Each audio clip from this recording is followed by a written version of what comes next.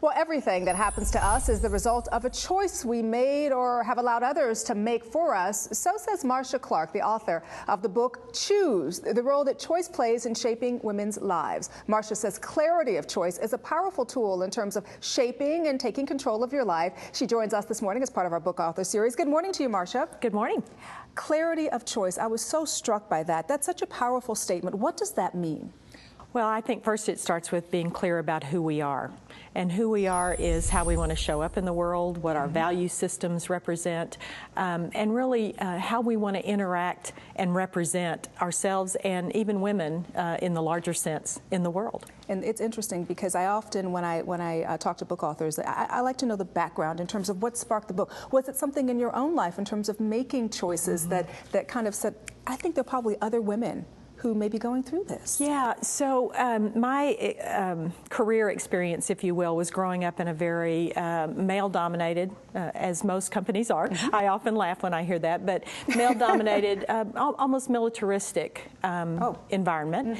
And I was able to move from entry level as a secretary and leaving as a corporate officer some 21 years later, and seeing the choices that I made over that time period and the choices I didn't make and what impact that had on me, and then seeing how I could help women continue to grow in their careers and their lives and hold on to themselves in the process, hold on to themselves as women. Well, we talked about this in makeup, our little makeup chat, and I tell you, this is such an intriguing subject because there's so many women who feel guilty, right, about making certain choices that they make.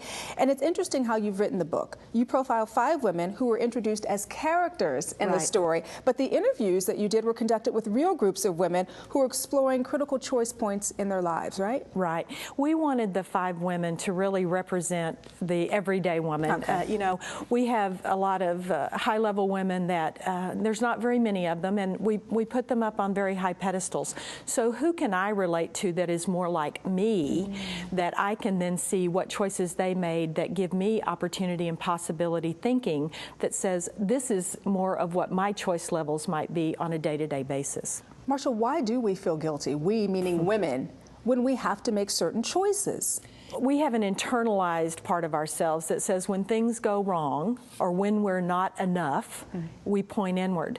When we do things well, we point outward. So we want to give everybody else credit for when things go well, but when things don't go the way we want them to, we take it to heart. We take it upon ourselves. We've been conditioned and socialized to be caring, nurturing, giving, you know, people in this world. And nice. And nice. Good girls don't do that, right? I mean, all those things. And we also have read all the children's stories, if you will, about we have to be rescued by other people in order to live happily ever after. And that's not our reality. And so we've got to shift our thinking in that regard and get more creative in our choice making. What is the takeaway? What do you want women to take away from the book? Because I have to tell you, from my own personal experience, I always put myself in a box and I'll say, okay, I've got choice A, B, and C is my last choice. Is there really such thing as a last choice? I mean, this dire, critical situation we tend to put ourselves in. So we have 5 key messages, and one of them is there's no such thing as a last choice because there's always a next choice. And I think we can find ourselves thinking about there being a last choice only as long as we're thinking about it in those ways. But I think sometimes we have to have courage to exercise our next choice. Sometimes we have to have some humility to exercise our next choice, overcoming the fears of how other people will think about us or what they'll say about us. And that's the part of holding on to ourselves that I think is so critical, that enables us. We make our best choices when we're aligned with our own value system. So clarity of our values is a starting point.